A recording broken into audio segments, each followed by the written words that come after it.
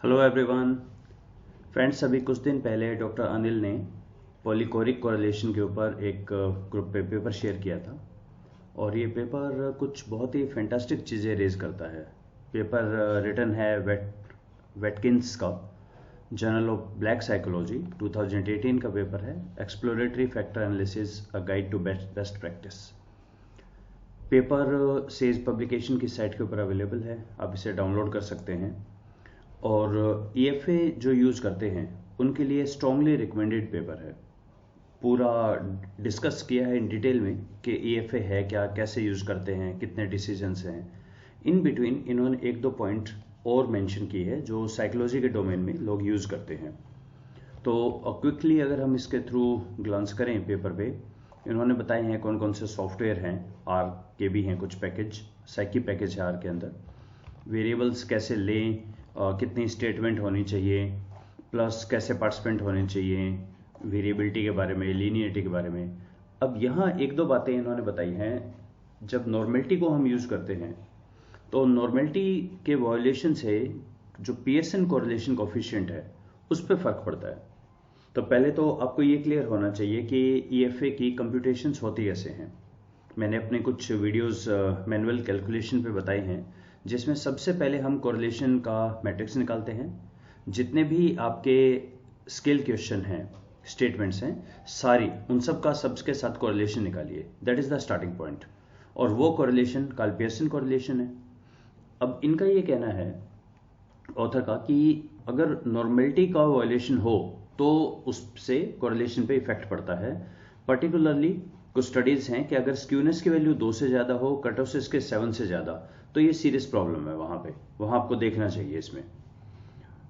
सो measurement की अगर हम आगे बात करें, मेजरमेंट के अंदर भी यही है कि ये जो पियर्सन है ये अज्यूम करता है कि इंटरवल या रेशियो डाटा है।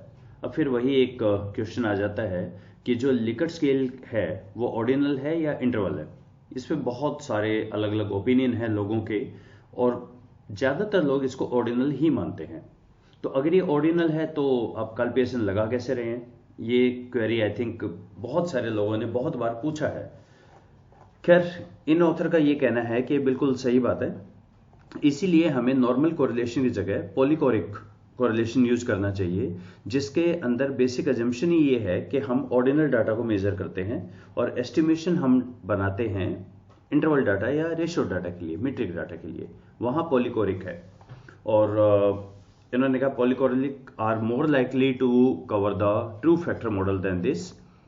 तो अब प्रॉब्लम ये आता है, हाँ इन्होंने एक और चीज़ भी मेंशन की है, अगर 5 to 7 कैटेगरी से कम है अगर आपका डाटा, तो फिर असिमेट्रिकल आएगा, फिर आपको पॉलीकोरिक यूज करना चाहिए इसमें।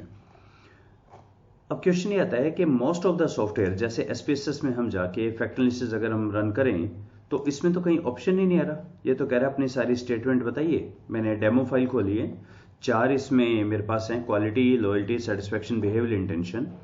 अगर मैं ये बोलता हूँ कि इनका ईएफए करो तो यहाँ तो कोई ऑप्शन ही नहीं है। ये बोलता है कि कोरिलेशन कोफिशिएंट का हो तो मैं निकाल दूंगा, पर वो तो कार्ल पियर्सन वाला है जो मैंने ईएफए के वीडियोस में समझाया भी है, ये आते कहाँ से हैं। तो करेंगे कैसे? सॉल्यूशन है आर स्टूडियो में जाइए, या फिर आप कुछ और जो सॉफ्टवेयर हैं जो इन्होंने रिकमेंड किए हैं उन सॉफ्टवेयर को यूज़ करें जो आपको इस तरह का ऑप्शन दे।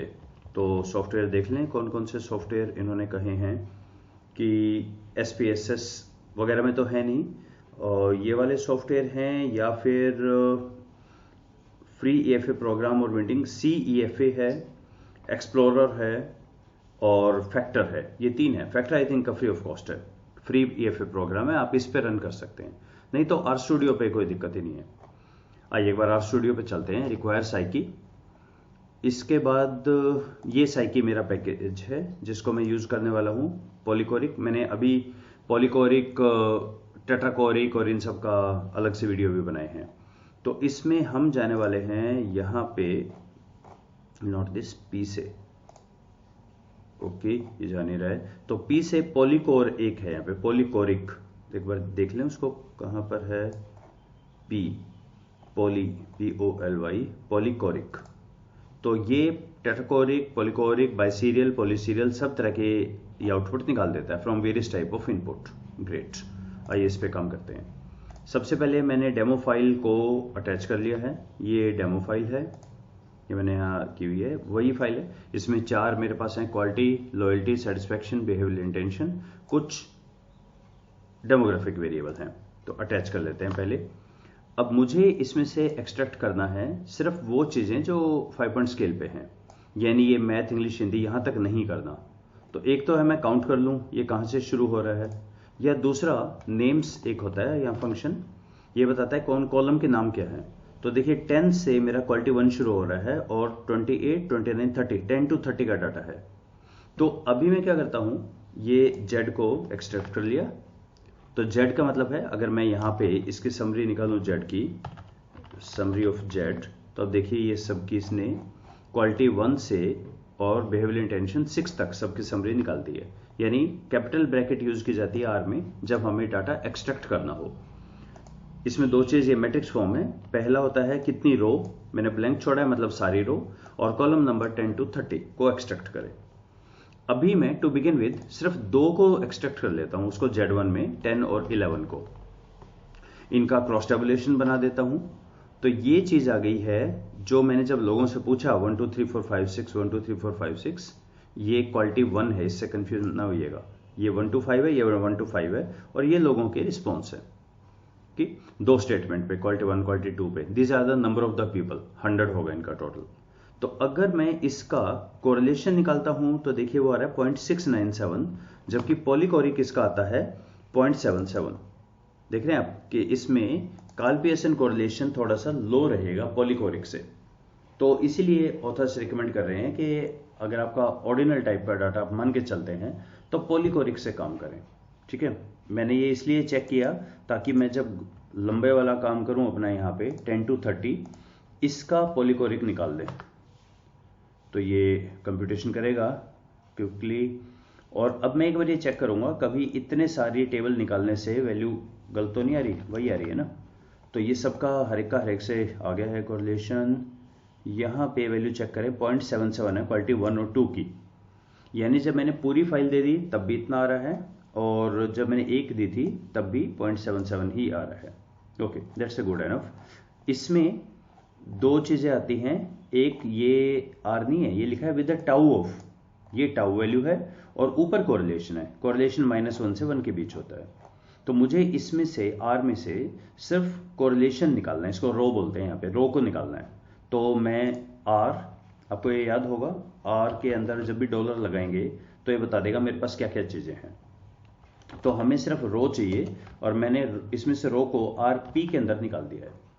तो आरपी क्या हो गया, आरपी अगर मैं देखूं यहाँ पे, इसका मतलब है सिर्फ वो कोरिलेशन की टेबल, लेकिन पॉलीकोरिक कोरिलेशन है, ये कार्ल पियर्सन कोरिलेशन नहीं है। ओके, यहाँ हमारे पास एडवांटेज है कि आप जैसा आप कहें आर के अंदर ऐसा काम कर सकते हैं।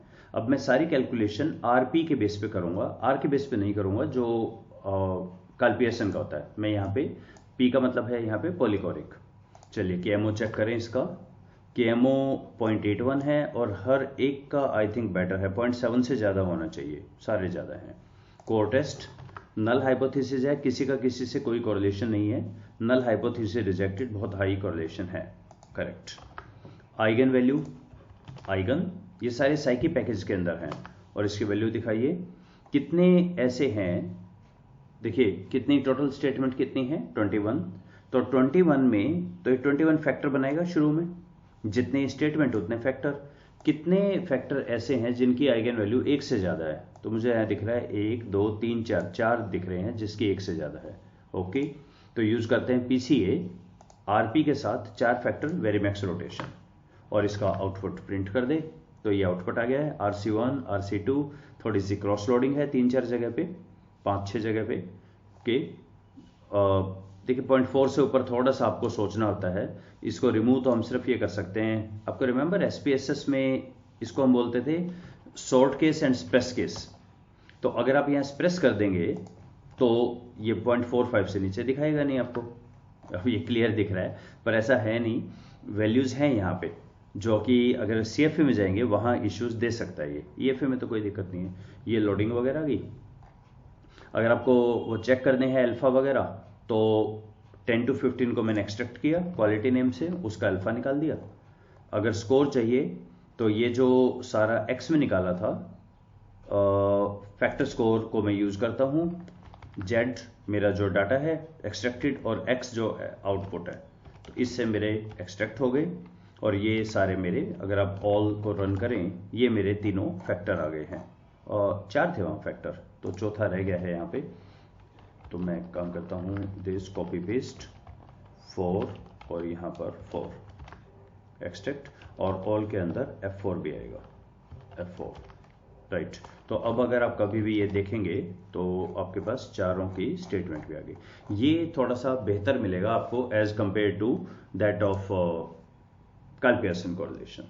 बाद में आप इसको सिंक वगैरह कर सकते हैं, आउटपुट में भेज सकते हैं। पॉइंट यहाँ पर ये है कि बाय डिफॉल्ट सारे सॉफ्टवेयर जो प्रोप्राइटरी सॉफ्टवेयर हैं ये पूछते नहीं है आपसे, ये डायरेक्टली आपको बताते हैं कि आप सीधा ये फिर रन करें, जो कि आपका रन होगा कार्ल पियर्सन पे। आर के अंदर आपके पास ऑप्शन है, आर में आप चाहें तो पॉलीकोरिक कर लें, पॉलीकोरिक करके आप ये फिर रन करें, और इसके बहुत सारे रेफरेंसेस आपको यहाँ मिल जाएंगे जो ये बोलते हैं कि क्योंकि ये डाटा ऑर्डिनल डाटा है, लेवल ऑफ मेजरमेंट, ये सारी स्टडीज हैं, ये बोलते हैं कि ऑर्डिनल डाटा है तो पॉलीकोरिक बेटर है एज कंपेयर टू अदर्स। ईएफए को कैसे रिपोर्ट करते हैं वो सब चीज़ें सेम हैं। ये पेपर एक बहुत अच्छा पेपर है, पढ़ सकते हैं इसको। और पॉलीकोरिक और टाटाकोरिक के बारे में एक वीडियो बनाया था, वो एक बार दोबारा आप रिविजिट कर सकते हैं। So let's stop here, thank you.